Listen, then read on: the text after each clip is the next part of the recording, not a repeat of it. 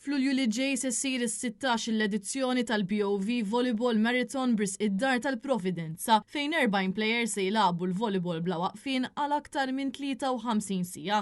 F'konferenza li saret ġie spjegat li dawn il-plejers jintażlu wara 6 ġimgħat ta' taħriġ u se jkunu qed jiffurmaw 5 timijiet fejn se jilagħbu għal din il-kawża ġusta. Ta' kull sena hija importanti ħafna għaliex tkun qiegħda tgħin lid-Dar tal-Providenza biex tiġbor dawk il-fondi li tant huma bżonn jużi biex matul is-sena tkun tista' tkompli topera u tkun tista' toffri kwalità ta' ħajja dinjituża għar-residenti tagħha. Il-maratona tal-volleyball għalija nsiba tajba ħafna x'taqqat l-isport li vera nħobb ma' passjoni u dik li nagħmlu xi ħaġa tajba d-Dar tal-Providenza. Kull sena nkun looking forward għalija għaliex għalija l-atmosfera li noħolqu u dak kollu li nagħmlu biex naħdmu għal kawża daqshekk importanti u daqshekk sabiħa hija l-ħaġa li tfisser maratona għalija. Hawnhekk jista' familja.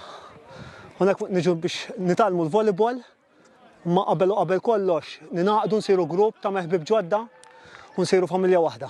Il-maratona hija importanti għad-Dar tal-Providenza għax permezz tagħha jinġabru l-fondi li hemm bżonn biex ikunu jistgħu jingħataw il-kura li għandhom bżonn ir-residenti li jgħixu fiha. Il-maratona se tiġi inawgurata mill-President ta' Malta Miriam Spiteri De Bono fis-16 ta' Lulju u imbagħad din il-maratona tiġi fit-tmiema fit-18 ta' Lulju għal ħabta tal-11 ta' filgħaxija. Waqt li kienet jindirizza lil dawk preżenti, id-direttur tad-Dar tal-Providenza Father Martin Mikallef enfasizza ħtieġa tal-fondi sabiex id-Dar tal-Providenza tkun tista' tkompli tipprovdi servizzi residenzjali lil 115 il-resident tagħha. Huwa ħeġġeġ lill-pubbliku biex jattendi għall-avveniment, jappoġġja lil plejers li se jieħdu sehem f'din l-isfida u fuq kollox jagħti l-kontribut tiegħu għal din il-kawża. F'diskors li wassal iċ-Chief Operations Officer tal-Bank of Valletta Ernest Taġus qal li l-bank huwa kburi li għal darb'oħra qed jappoġġja avveniment li jippromovi d-dinjità, l-inklużjoni u l-opportunitajiet tal-persuni b'diżabilità. Dawk li jżuru l-avveniment li din is-sena se jsir fl-MFCC